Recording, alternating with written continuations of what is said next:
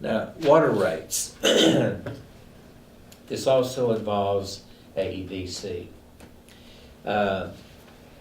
One of their folks came up with this notion that statute 144208 says that we can't really provide water at below cost to any significant other parties and the like. And what I'm saying to y'all is that without being able to use your water and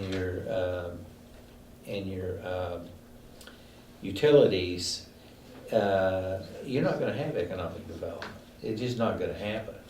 So, with approval of the board, I negotiated water rates for private investors of the city.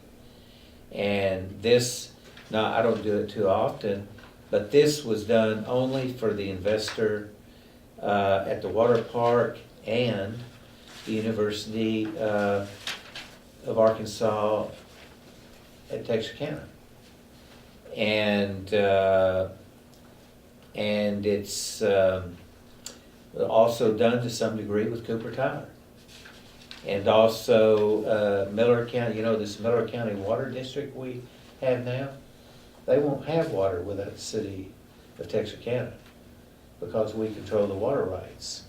So if we can't sell that water to them at a discount, then there's a problem. And they're suggesting, and now we even have a city ordinance on the books, in City Ordinance K 585.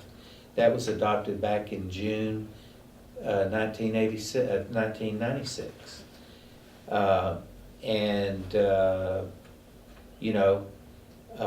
It was passed before I ever got here.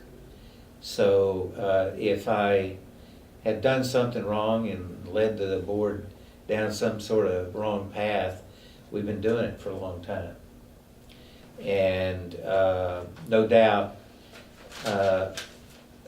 when other cities catch wind of this across the state, they're going to be alarmed. But I can already tell you that these type of incentives for water and utilities, AEDC, with the governor, that's the arm of the governor of the state.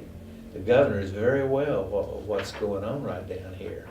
And that thing is getting major attention right now, because if you can't provide those incentives, AEDC is going to have significant problems, you know. I already talked about Project Links and Coyote, but anyway, about a week or so ago, AEDC had held one of their meetings out here at the convention center. That's the Arkansas Economic Development Commission.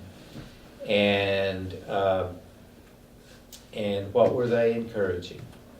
Water and property and utilities. Okay, so now I've gotten some feedback from AEDC that water statute by this group of investigative audit are walking down the wrong path, because the language that they're talking about was, in their way of thinking, was set up for the purpose of having somebody in a utility that's publicly owned, or I'll say municipally owned, for example, whether it's electricity or water or whatever, sewer, granting their buddies and their friends some sort of special personal deal. And that's what we've gotten out of them. But believe me, if there's any inkling that we can't do that, and again, we have an ordinance on the book that allows us to do it, then there may be a special session of legislature to correct that problem.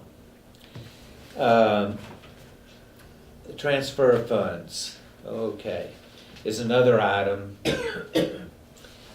We had a list of incentives. It was approximately 8.6 million, wasn't it? Somewhere in there, I can't remember, on the incentive list, everything put together. Can't remember the total. I think it was about 8 million at least. And according to an ordinance that we have, it's City Ordinance L 275, funds in the infrastructure fund are to be used for capital needs of the city. Many years ago, I would say probably about 2008, 2009, somewhere in that time period, we increased franchise fees. And those franchise fees would go into the general government. They're held by TWU because that's how we collect them. And in September 12th, I transferred $584,500 from the infrastructure fund at TWU, and we transferred them to the city's general fund in order to reimburse the city for past and future capital needs, and for such things as, you know, land purchases, utilities, construction, but mostly water sewer is what we had, and some storm drainage. The thing is, the auditors are questioning whether or not I had authority to do it, and I had every bit of authority to do it when the board of directors back on October 9th, 2009, I believe it was, authorized our incentive agreement for the Hotel Convention Center. And they were always put in there. It was 288,000 times 3 that we would spend on utilities for the Hotel Convention Center project. And we spent 584,000. And these funds, again, are real critical to what we do. On the 18th, I stated in my letter to Mr. Locke that these costs were paid from check 21,633 to the investor company.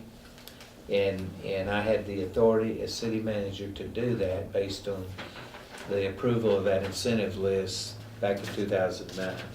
That's the one that you said was unanimous? Absolutely, absolutely.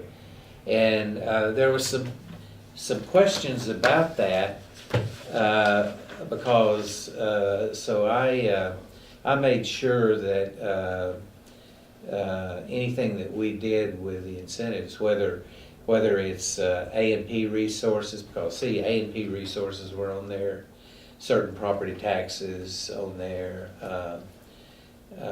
various types of multiple revenues, which also makes this project much more complex.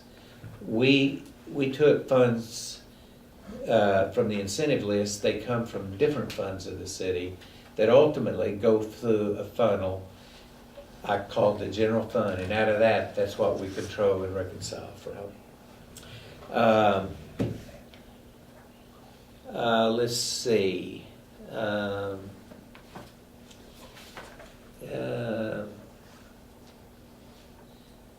looking.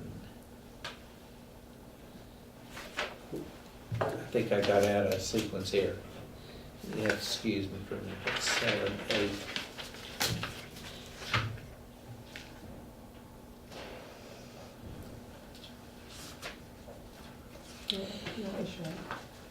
I think this is the, I don't want to complicate number 8, but somebody thought there was improper use of A&P commission funds.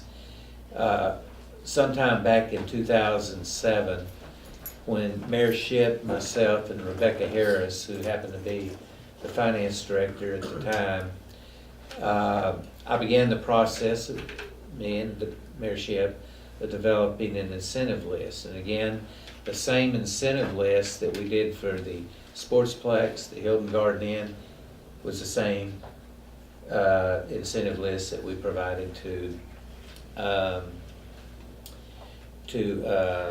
Dr. Patel on what became the Holiday Inn and Arkansas Convention Center.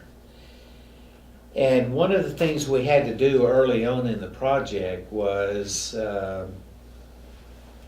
we had to do some what we call franchise fee bonds. The franchise fee bonds really meant that we can use franchise fees inside the general fund and create what's called a non-traditional revenue bond. I know a lot about this because I did it in Little Rock regarding what's now the Presidential Library site and everything that's out there. But what we did here is we used our franchise fees. We were going to, we never executed it, and this is where people get confused. We were going to free up franchise fees in the general fund to pay for the debt service on those bonds. And because we didn't think we were going to have enough franchise fees, we were going to swap revenues where we could then use A&P money in the general fund and just swap it. We never got there. It was never done. We never executed it.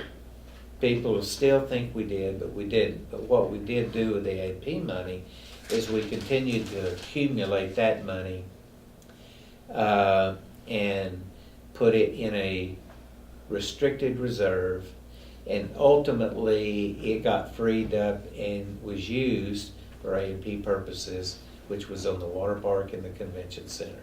It was never used in the general fund.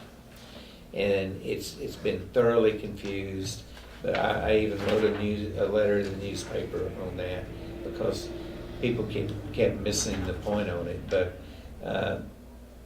there wasn't any improper use there anyway. Even if we had done it, we wouldn't have had a problem.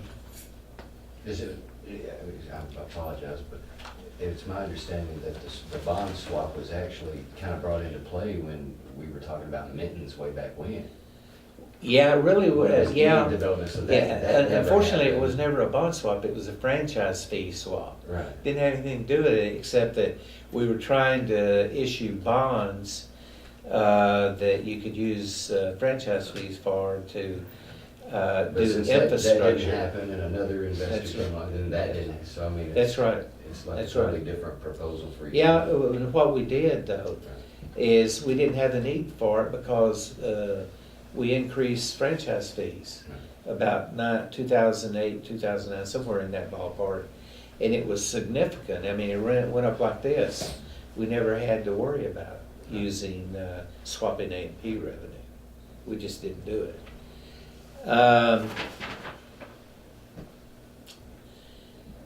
I'm pretty near the end. Let's see.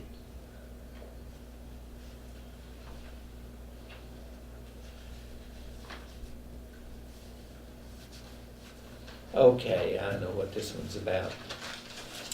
This didn't occur while I was here, I don't think, did it? No, sir. Yeah, this is when I was on vacation. Okay. Actually, we still owe Dr. Patel money at that time when I left. And I explained to the A&P Commission recently that the Investigative Audit Division pointed something out to us. This thing had been dubbed a loan to Dr. Patel. We're the ones, if anything, that owed the money to Dr. Patel. It wasn't a loan. It's money we owed to him, but it was called a loan, and we included interest in that arrangement. We took it back, it was 2 meetings back, wasn't it? It was on February 4th that we took it back to the Yeah, A&P Commission. yeah. We took it back to the A&P Commission and said that you need to make this money that we owed him, and he would get X amount for 7 years, you know. And, I mean, he could have been barking at us all the way, but he did a favor for us on that one. At the time, we'd essentially running out of money. And part of the reason, so that when I say we were running out of money, you need to understand that we didn't expect doing the hotel convention center, and then all of a sudden started running at Mach speed with a water park. So it was stressing our revenues, where we thought we would have had to take care of that, and everything else would have started flowing again. So that was the problem we had. We got it solved with the AP Commission. Now, some people had gotten this one confused with what we do at the Four States Fair. Four States Fair comes to us, and they want to, and this is something me and Dwight Duncan came up with, to try to get things going at Four States Fair. And it was, we would give them an entitlement of A&P for 5 years, and they could essentially leverage that money into a loan that they would take out, and the bank would come up with the money faster for them to build something. But yet we would still be their partner in that 5-year period for that amount of money. And several facilities have been built out there. It's pretty significant right now. And it somehow got dubbed, this thing with Dr. Patel got dubbed a loan, and it really wasn't. The next thing is issue 10, and I don't know how